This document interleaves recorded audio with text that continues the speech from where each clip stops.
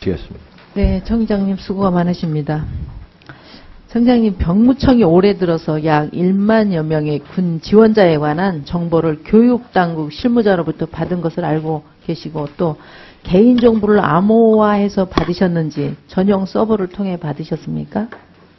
예, 암호화해가지고 우리 정부 통합 메일로 이렇게 지금 받고 있습니다. 네, 요즘에 정말 해킹이 굉장히 발달이 돼서 개인정보를 암호화하지 않고 유출시킨다면 지금 개인적으로나 이건 사회적으로 폐단이 크기 때문에 이 문제를 정확히 좀 파악을 하시고, 네. 앞으로는 그 암호화하고 전용 서버를 구축하는 것에 대해서 보안 강화를 좀 다시 한번 부탁드리겠습니다. 잘 알겠습니다.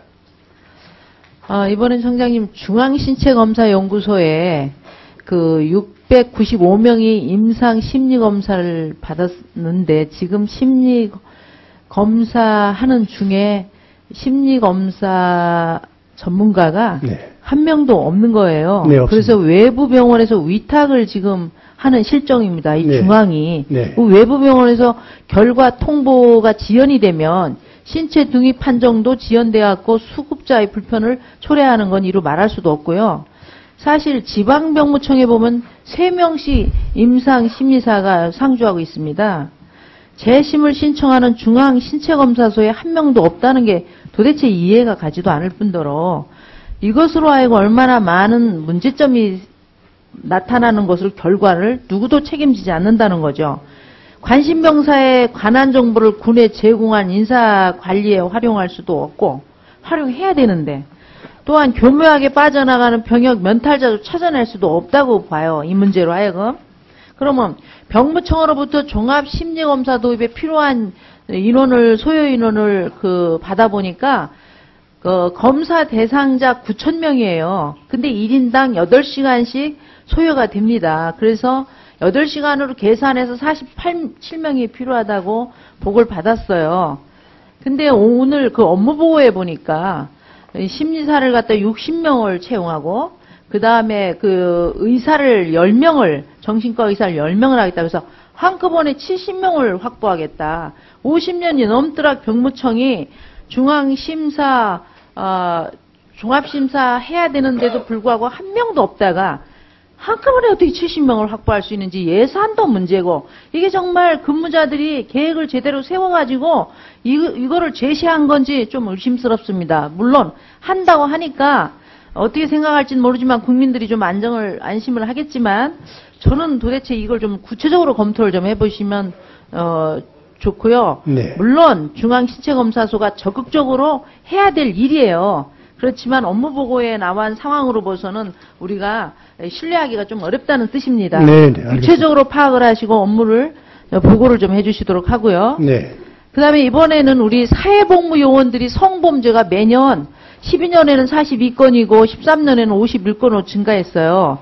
그리고 또 폭행범죄도 매년 증가를 해요. 그래서 11년에 21건, 13년에 30건까지 증가를 하고 있습니다.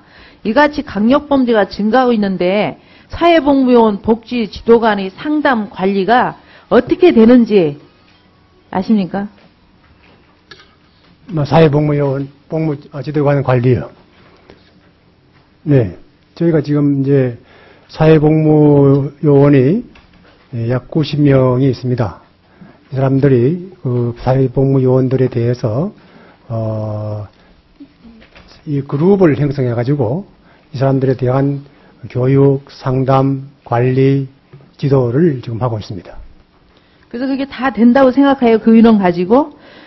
이게 작년에도 얘기를 했었는데 전혀 줄어들질 않고 있습니다. 네. 그래서 복무지도관의 상담 실태를 보면은 성범죄를 상담하는 건지, 구타를 상담하는 건지, 가혹행위자를 상담하는 건지조차 상담 유형이 구분도 안 되고, 더군다나 상담사의 전문성까지도 의심이 돼요. 이런 상태로 상담을 한다면 결과는 물론이거니와 사건, 사고도 지금 줄어들질 않고 있습니다. 최소한 상담 유형을 구분돼야 되고, 애로물 건의 상황을 파악해서 좀 대책이 마련돼서 요번에 좀 나아져서 숫자가 줄어들 줄 알았는데 더 늘어나는 거예요, 이게. 그래서 국방부 같은 경우는 이게 국방 헬프콜을 운영해서 장병의 범죄와 자살 방지를 좀 줄이려고 노력을 하는데, 우리 사회복무요원도 언제든지 통화해서 상담을 좀 받든지 아니면 국방부에다가 콜센터처럼 운영하는 것처럼 병무청에도 운영을 해서 줄여주든지 무슨 사건 예방을 좀 해줘야 되는데 들어보면 다 지금 다 의원님들 말씀에 얘기를 하면 우리 청장님 다 답변을 좋게 하십니다. 근데 결과적으로 보면은 결과가 낮은 게 없는 거예요, 지금. 그리고 업무를 하는 태도를 보면 병무청이 제일 태도가 긴장감이 없는 것 같다, 이번에도. 이런 생각을 듭니다. 그래서 그런 두 번째는 사회복무요원 자살 방지를 강력범죄를 줄이기 위해서 또 마찬가지 병무청의 상담제도, 그런 전문 상담제도 프로그램을 만들든지 해가지고 이렇게 개선을 해야 사건, 사고도 줄어들고 또 문제는 그래요. 이게 복무요원도 정신건강이나 육체건강이 좀 부족해서 그런 데 가서 근무하고 있는데 이런 사건, 사고까지 생겨가지고 이건 범죄자 취급을 하고 또 범죄자가 돼서 또 집으로 돌아가는 것은 부모 입장에서 심각한 문제가 아닌가 생각합니다. 좀 구체적으로 하셔서 편안하게 근무하시는 것도 좋고 사건, 사고 없으신 것도 좋은데 좀 이런 부분을 좀 우리 국민이 네. 인정받을 수 있도록 대책을 좀 만들어서 좀 혁신에 함께 가야 되지 않을까 생각합니다. 알겠습니다. 네. 다른 말씀 어떠십니까?